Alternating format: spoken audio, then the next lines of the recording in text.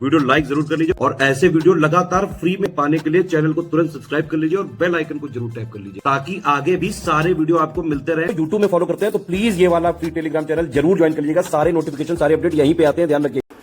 Hello everyone, welcome to study for civil services. I am Ichchha Mishra और ये हमारी series UP PCS mains के लिए मोस्ट इंपॉर्टेंट क्वेश्चंस की चल रही है। ये बाइलिंगुअल सीरीज़ है, अगर आप हिंदी मीडियम के हो या इंग्लिश मीडियम के, दोनों लोग ही इससे बेनिफिट ले सकते हैं। और इसके साथ ही आप हमारे पेड कोर्सेज से भी जुड़ सकते हैं जो यूपी पीसीएस के द्वारा कंडक्ट कराए जाने वाले एग्जाम्स जैसे कि पीसीएस, आरओए, आरओबी, इन सभी के लिए अवेलेबल हैं। इसके साथ यूकेपीएससी, बीपीएससी और एचसीएस के लिए भी पेड कोर्सेज अवेलेबल हैं। इनके संबंध में आप अधिक जानकारी केवल नंबर से प्राप्त कर सकते हैं। यदि आपने हमारे फ्री टेलीग्राम चैनल को अभी तक नहीं ज्वाइन किया है तो इसे जल्द से जल्द ज्वाइन कर लीजिएगा ताकि चैनल से संबंधित सभी अपडेट्स आप तक ईजिली पहुंच सकें। तो आइए हम क्वेश्चन देख लेते हैं आज का। How DPSP and fundamental rights are different from each other, discuss. राज्य के नीति निर्देशक तत्व और मौलिक अधिकार एक दूसरे से कैसे भिन्न हैं, इस पर हमको चर्चा करनी है। तो देखिए, आपको पता है डीपीएसपी क्या है, आपको पता है फंडामेंटल राइट्स क्या है, ठीक है।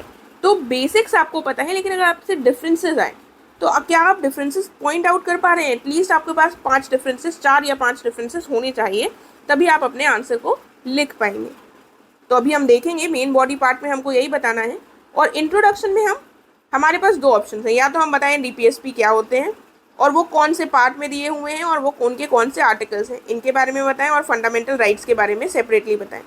लेकिन हमारा थोड़ा सा डिफरेंट इंट्रोडक्शन क्या हो सकता है कि हम किसी की हमें किसी ने कोई बात कही हो डीपीएसपी और फंडामेंटल राइट्स से संबंधित, उसको हम कोट करें, ठीक है। तो उसी तरीके से हमने यहाँ पर इंट्रोडक्शन दिया हुआ है। अगर आप ऐसा इंट्रोडक्शन भी लिखते हैं तो दैट इज़ एब्सोल्युटली राइट, बिल्कुल सही है, कोई प्रॉब्लम नहीं है यहाँ पर। लेकिन हमने क्या किया हुआ है, हमने बताया है जो ग्रेनविल ऑस्टिन है, इन्होंने डिस्क्राइब किया है फंडामेंटल राइट्स और डायरेक्टिव प्रिंसिपल्स, जो कि पार्ट 3 और 4 में दिए हुए हैं कॉन्स्टिट्यूशन के, as the conscience of Indian constitution, यानी कि विवेक के रूप में इनको, भारतीय संविधान के विवेक के रूप में इनको वर्णित किया गया है ग्रेनविल ऑस्टिन के द्वारा, ठीक है। तो ये हमारा इंट्रोडक्शन थोड़ा सा नॉर्मल से अलग हो गया, अदरवाइज आप वैसा भी दे सकते हैं।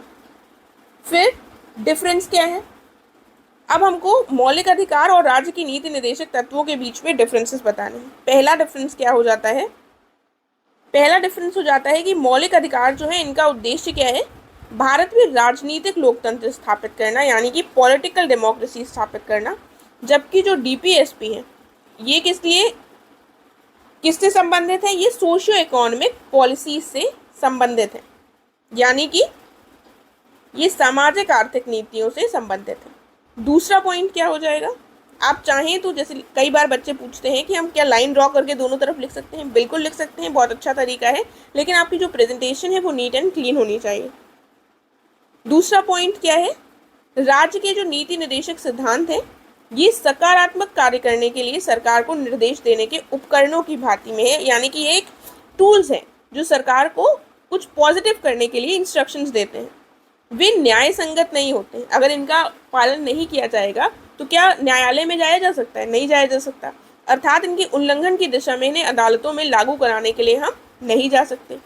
दूसरी ओर हम देखते हैं फंडामेंटल राइट्स, यानी कि मौलिक अधिकार।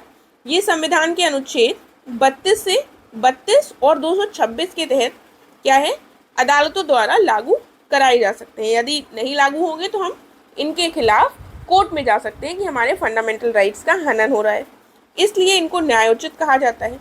और साथ ही नकारात्मक अधिकार भी माना जाता है, तो इनके साथ थोड़ा सा नेगेटिव इनको राइट माना जाता है और इनको पॉजिटिव दिशा निर्देश माना जाता है। आगे देखते हैं, तो मौलिक अधिकार जो है, ये राज्य के द्वारा नागरिकों को दी जाने वाली सुविधाएं हैं, जबकि जो डीपीएसपी है वो क्या है, ये संविधान के द्वारा राज्य को दिए गए निर्देश हैं, ठीक है। तो आप डिफरेंशिएट कर पा रहे हैं, फंडामेंटल राइट्स स्टेट जो है लोगों को देती है और ये संविधान जो है ये राज्य को देता है, डीपीएसपी यानी कि दिशा निर्देश। एक तरह से ये दिशा निर्देश है जो संविधान राज्य को दे रहा है। फिर हम देखते हैं मौलिक अधिकार जो है ये व्यक्तियों के कल्याण को बढ़ावा देते हैं, इसलिए प्रकृति में क्या है, व्यक्तिवादी होते हैं, यानी कि इंडिविजुअलिस्टिक होता है इनका नेचर। क्यों होता है? क्योंकि ये इंडिविजुअल्स के वेलफेयर को बढ़ावा दे रहे हैं। जबकि जो डीपीएसपी हैं उनको देखें तो ये समुदाय के कल्याण को बढ़ावा देते हैं, इसलिए वे प्रकृति में समाजवादी होते हैं। राइट, तो ये शायद डिफरेंसेस आपने ना देखे हों अभी तक, तो ये आपके लिए नए हो सकते हैं। थोड़ा समझने की कोशिश कीजिएगा, इतना कुछ इसमें टफ नहीं है। फंडामेंटल राइट्स का नेचर इंडिविजुअलिस्टिक होता है क्योंकि वो इंडिविजुअल्स की वेलफेयर की बात करते हैं। वैसे ही जो डीपीएसपी हैं ये सोशलिस्ट होते हैं नेचर में क्योंकि ये कम्युनिटी के वेलफेयर की बात करते हैं। आगे देखते हैं अगला पॉइंट क्या है। मौलिक अधिकारों का जो कार्यान्वयन है, इनके लिए किसी कानून की आवश्यकता नहीं होती है। हमें कोई कानून नहीं चाहिए क्योंकि ये अगर फंडामेंटल राइट है तो हम डायरेक्टली कोर्ट में जा सकते हैं उसको लागू करवाने के लिए, और वे स्वचालित रूप से लागू होते हैं, यानी कि ऑटोमेटिकली लागू होते हैं। लेकिन अगर हमको राज्य के नीति निर्देशकों को कार्यान्वयन किसी कानून के माध्यम से किया जाता है, कोई भी राज्य का नीति निर्देशक तत्व है तो इसके लिए कोई कानून बनाना पड़ेगा। वो तो सिर्फ सिंपल गाइडलाइंस हैं जो सरकार को दी गई हैं, तो अगर उनको लागू करवाना है तो सरकार को क्या करना पड़ेगा, कोई कानून लेकर आना पड़ेगा। उसके बाद हमने डिफरेंसेस देख लिए, फिर हम अब कंक्लूजन कैसे देंगे। हमने डिफरेंसेस बता दिए, जो भी डिफरेंसेस थे डीपीएसपीज और फंडामेंटल राइट्स के बीच में। कंक्लूजन में हम क्या कह सकते हैं, हम कंक्लूजन में कह सकते हैं कि फंडामेंटल राइट्स और डीपीएसपी जो है दोनों प्रकृति में सामंजस्यपूर्ण है, यानी कि कोहेसिव है, और इसलिए दोनों ही भारतीय संविधान की मूल संरचना का एक अनिवार्य हिस्सा है। आपको पता है बेसिक स्ट्रक्चर का concept, basic structure Kesavananda Bharati case में दिया गया था 1973 में। इसमें क्या कहा गया था कि जो मूल संरचना है, जो मूल कॉम्पोनेंट्स है कॉन्स्टिट्यूशन के, उनको हम परिवर्तित नहीं कर सकते हैं, और दोनों ही फंडामेंटल राइट्स और डीपीएसपी जो हैं वो हमारे बेसिक स्ट्रक्चर के पार्ट हैं, और दोनों ही एक दूसरे के पूरक हैं, एक दूसरे को कंप्लीट करते हैं।